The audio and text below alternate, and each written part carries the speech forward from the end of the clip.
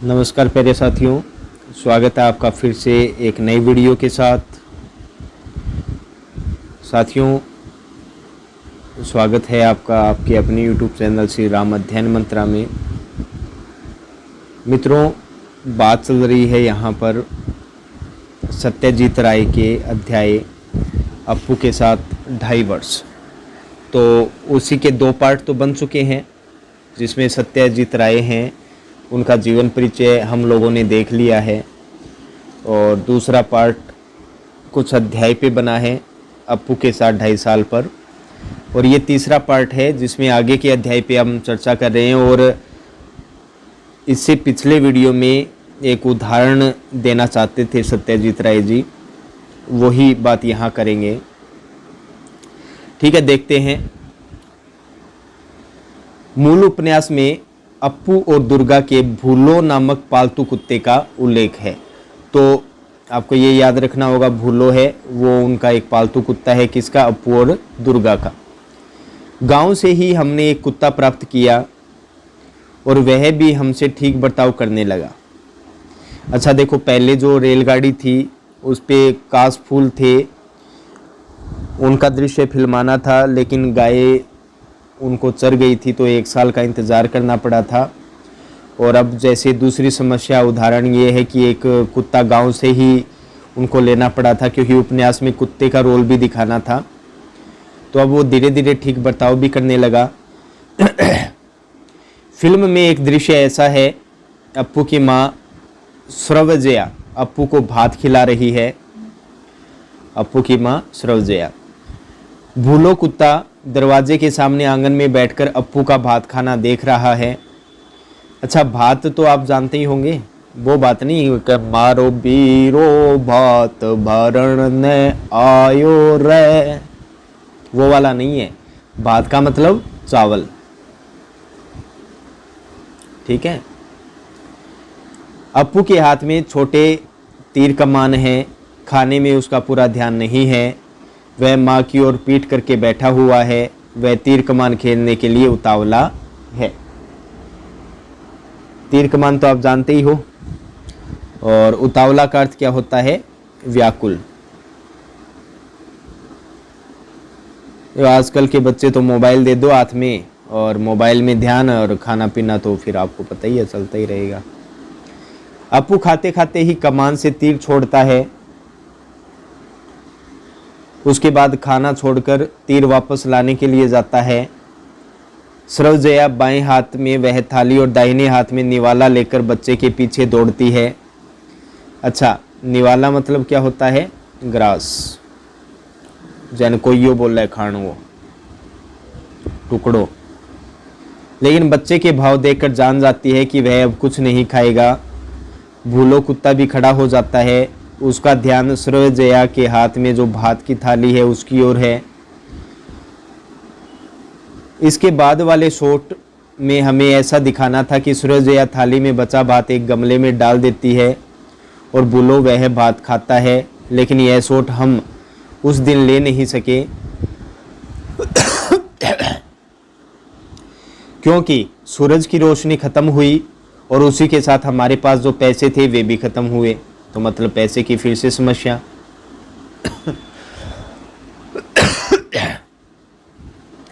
6 महीने बाद फिर से पैसे इकट्ठा होने पर हम फिर बोडाल गांव में उस सीन का बाकी अंश चित्रित करने के लिए गए। अच्छा, ये गांव का नाम फिर से याद रखना, बोडाल है। और समय कितना लगा फिर? 6 महीने का। लेकिन वहां जाने पर समाचार मिला कि भूलो कुत्ता अब इस दुनिया में नहीं रहा। अब क्या होगा? अब ये फिर समस्या आ गई। अब भूलो कुत्ते की समस्या आ गई। खबर मिली कि भूलो जैसा दिखने वाला एक कुत्ता गांव में है। अब लाओ पकड़ के उस कुत्ते को। सचमुच वह कुत्ता भूलो जैसा ही दिखता था। वह भूलो से बहुत ही मिलता जुलता था। उसके शरीर का रंग तो भूलो जैसा बादामी था ही।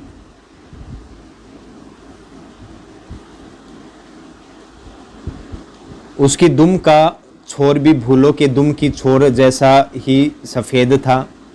अच्छा, दुम का अर्थ क्या होता है? पूंछ। ठीक है, ये याद रखना। आखिर यह फेंका हुआ बात उसने खाया और हमारे उस दृश्य की शूटिंग पूरी हुई। फिल्म देखते समय यह बात किसी के भी ध्यान में नहीं आती थी कि एक ही सीन में हमने भूलों की भूमिका में दो अलग अलग कुत्तों से काम लिया है। अब देख लो, ये समस्याएं कुछ एक थी।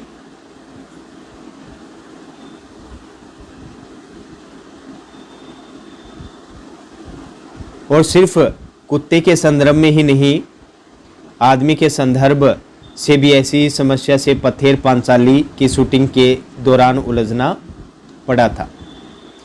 श्रीनिवास नामक घूमते मिठाई वाले से मिठाई खरीदने के लिए अप्पू और दुर्गा के पास पैसे नहीं हैं। वे तो मिठाई खरीद नहीं सकते, इसलिए अप्पू और दुर्गा उस मिठाई वाले के पीछे पीछे मुखर्जी के घर के पास जाते हैं। मुखर्जी अमीर आदमी है, अमीर धनवान। वे तो मिठाई ज़रूर खरीदेंगे और उनका मिठाई खरीदना देखने में ही अप्पू और दुर्गा की खुशी है। इस दृश्य का कुछ अंश चित्रित होने के बाद हमारी शूटिंग कुछ महीनों के लिए स्थगित हो गई। पैसों की कमी के कारण ही वो चीज़ भी हो गई। पैसे आने पर फिर जब हम उस गांव में शूटिंग करने के लिए गए, तब खबर मिली कि श्रीनिवास मिठाई वाले की भूमिका जो सज्जन कर रहे थे, उनका देहांत हो गया। अब देख लो एक और समस्या। तो जो मिठाई वाला मिठाई बेचने का कार्य कर रहा था, तो उनका भी क्या हो गया, देहांत हो गया। ये भी समस्या है। अब पहले वाले श्रीनिवास का मिलता जुलता दूसरा आदमी कहाँ से मिलेगा? आखिर श्रीनिवास की भूमिका के लिए हमें जो सज्जन मिले, उनका चेहरा पहले वाले श्रीनिवास जी से मिलता जुलता नहीं था, लेकिन शरीर से वे पहले श्रीनिवास जैसे ही थे। उन्हीं पर हमने दृश्य का बाकी अंश चित्रित किया। फिल्म में दिखाई देता है कि एक नंबर श्रीनिवास बांसबन से बाहर आता है और अगले शॉट में 2 नंबर श्रीनिवास कमरे की ओर पीट करके मुखर्जी के घर के गेट के अंदर जाता है। पथेर पांचाली फिल्म अनेक लोगों ने एक से अधिक बार देखी है, लेकिन श्रीनिवास के मामले में यह बात किसी के ध्यान में आई है ऐसा मैंने नहीं सुना। इस श्रीनिवास के सीन में ही एक शॉट के वक्त हम बिल्कुल तंग आ गए थे, और वह भी उस भूलो कुत्ते की वजह से। छोटे से पुकुर के पार मिठाई वाला खड़ा है और इस बार अपने घर के पास अप्पू दुर्गा मिठाई वाले की ओर ललचाई नज़र से देख रहे हैं। क्यों मिठाई खरीदेंगे? मिठाई वाले की इस सवाल का वे ना में जवाब देते हैं। तब मिठाई वाला मुखर्जी के घर की ओर जाने लगता है। दुर्गा अप्पू से कहती,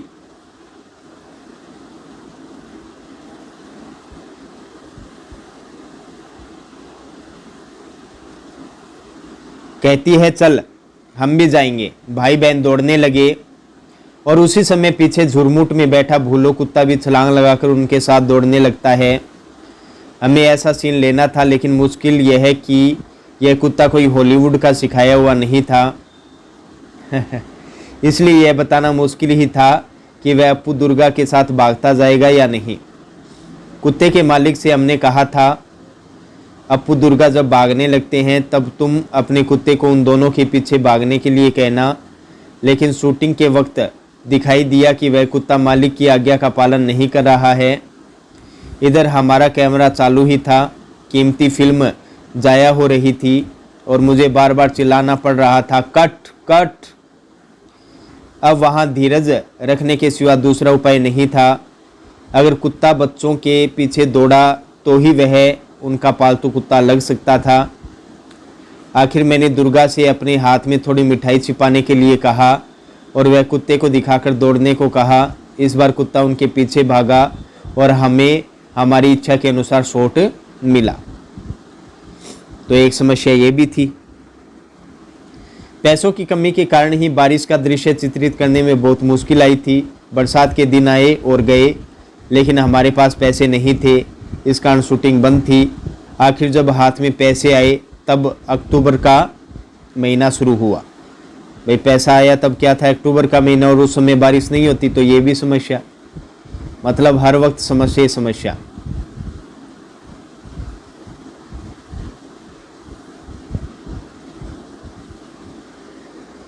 अक्टूबर का महीना था, शरद ऋतु में निरभ्र आकाश में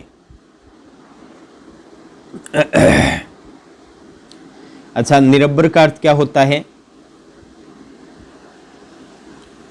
बादलों से रहित।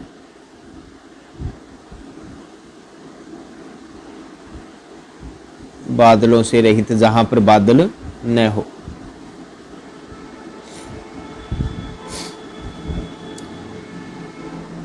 तो शरद ऋतु में बिना बादलों के आकाश के दिनों में भी शायद बरसात होगी। इस आशा से मैं अप्पू और दुर्गा की भूमिका करने वाले बच्चे, कैमरा और तकनीशियन को साथ लेकर हर रोज़ देहात में जाकर बैठा रहता था। देहात का मतलब गांव।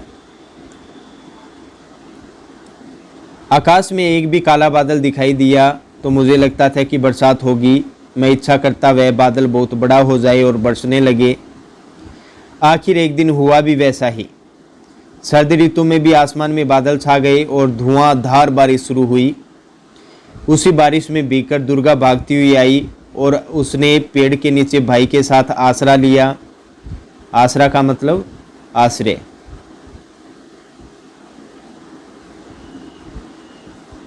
भाई बहन एक दूसरे से चिपक कर बैठे।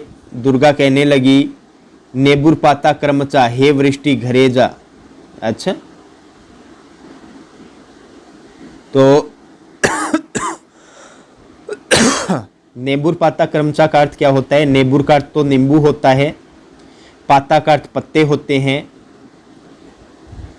और क्रमचा का अर्थ होता है खट्टा।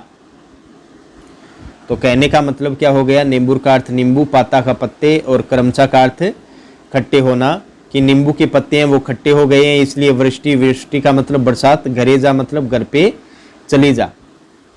बरसात, ठंड। अप्पू का बदन खुला, प्लास्टिक के कपड़े से ढके कैमरे को आंख लगाकर देखा तो वह ठंड लगने के कारण सिहर रहा था। शॉट पूरा होने के बाद दूध में थोड़ी ब्रांडी मिलाकर दी और भाई बहन का शरीर गर्म किया। जिन्होंने पथेर पांचाली फिल्म देखी है वे जानते ही हैं कि वह शॉट बहुत अच्छा चित्रित हुआ है। शूटिंग की दृष्टि से गोपालग्राम की तुलना में बोडाल गांव हमें अधिक उपयुक्त लगा। अप्पू दुर्गा का घर, अप्पू का स्कूल, गांव के मैदान, खेत, पुकुर,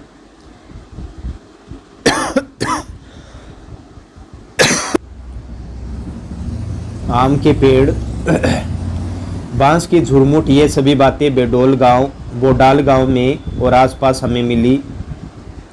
अब उस गांव में बिजली आ गई है, पक्के घर, पक्के रास्ते बने हैं।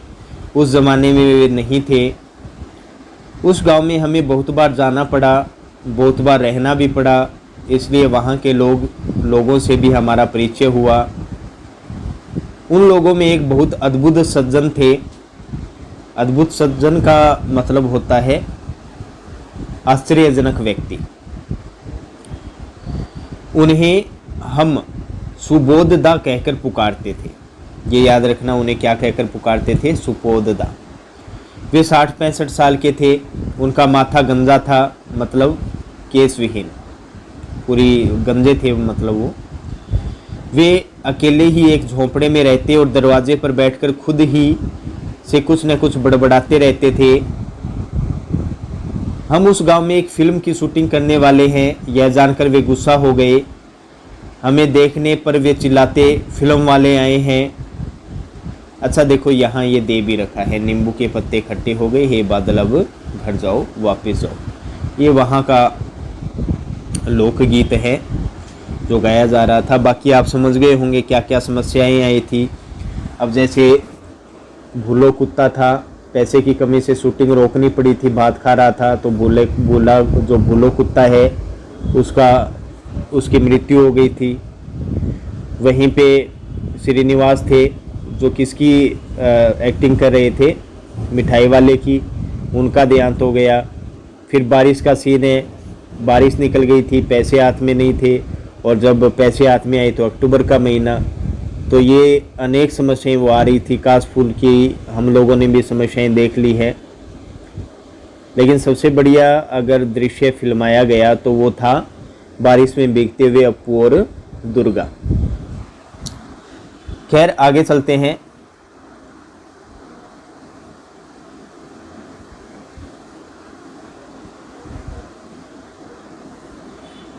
मारो उनको लाठियों से।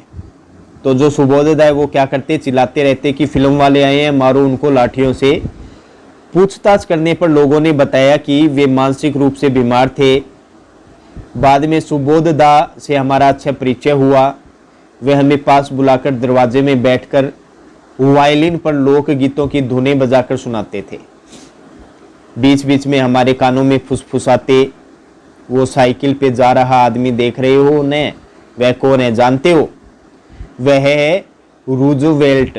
अच्छा रूजवेल्ट देखो 1 नंबर यहाँ पे दे रखा है, तो यही कहीं इसका अर्थ भी होगा।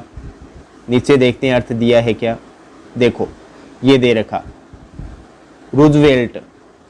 देखो इनका जीवन काल रहा 1882 से 1945, 1882 से 1945 तक। पूरा नाम क्या है इनका? Franklin डिलोनो Roosevelt. अमेरिका की ये 32वें राष्ट्रपति थे। 1933 से 1945 तक ये रहे थे। इन्हें FDR भी कहा जाता है। इन्हीं के कार्यकाल में एटम बम के मैनहट्टन प्रोजेक्ट पर काम शुरू हुआ था। तो अब देख लो ये एटम बम जापान पे किसने गिरवाया था? रूजवेल्ट ने। ठीक है नेक्स्ट। पक्का पाजी उनके मत से दूसरा एक था चर्चिल। अच्छा चर्चिल को भी देख लेते हैं, कौन है चर्चिल? ये है चर्चिल साहब। ये कौन थे? ये इनका जीवन काल रहा 1874 से 1965। ये काफ़ी जिए हैं। द्वितीय विश्व युद्ध के दौरान ब्रिटेन के प्रधानमंत्री थे चर्चिल। 1953 में इन्हें साहित्य का नोबेल पुरस्कार भी मिला था। ये याद रखना इंपॉर्टेंट है ये चर्चिल साहब। और ये सब वो है ना रूजवेल्ट, चर्चिल, हिटलर, ये सब वर्ल्ड वार में थे सेकंड में। Number 3 Hitler. इनको कौन नहीं जानता? ये है हिटलर साहब। ये 1889 से 1945 तक रहे। ये जर्मनी के तानाशाह चांसलर थे। 1933 से 1945 तक रहे थे। इन्हीं की तरह रूजवेल्ट की तरह नाजी पार्टी के लीडर थे। अब बात करते हैं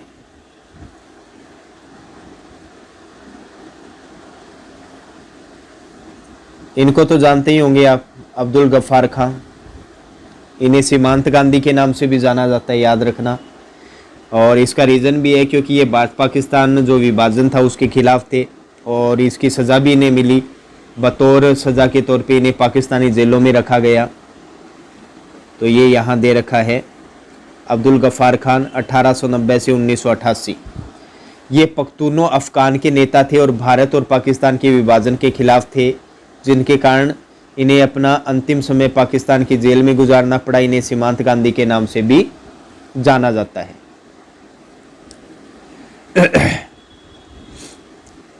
तो एक था अब्दुल गफ्फार खान। सभी उनके मतानुसार पाजी थे। पाजी का अर्थ क्या होता है? दुष्ट। क्या थे?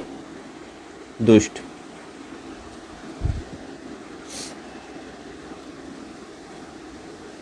उनके दुश्मन थे। हम जिस घर में शूटिंग करते थे उसके पड़ोस में एक धोबी रहता था। उसके कारण हमें बहुत परेशानी होती थी। वह भी थोड़ा सा पागल था और कभी भी भाइयों और बहनों कहकर किसी राजकीय मुद्दे पर लंबा भाषण शुरू करता था। तो मतलब बावड़े बावड़े मिले उन सबको।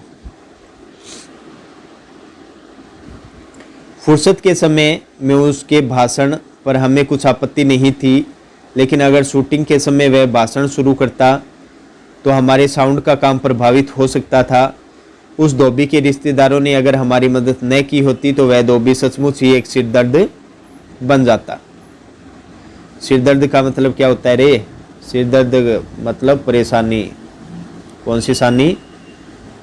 परेशानी।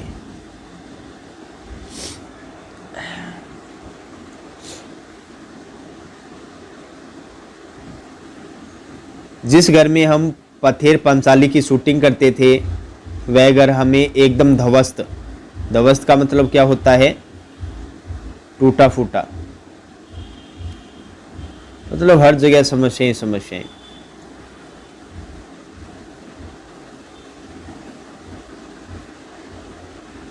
अवस्था में मिला था। उसके मालिक कलकत्ता में रहते थे, उनसे हमने वह घर शूटिंग के लिए भाड़े पर लिया था।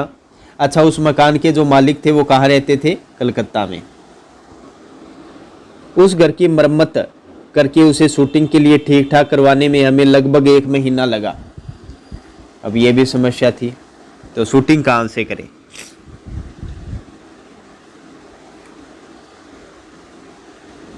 उस घर के एक हिस्से में एक के पास एक ऐसे कुछ कैमरे थे, वे हमने फिल्म में नहीं दिखलाए। उन कैमरों, अच्छा ये कमरे हैं, कुछ एक कमरे थे,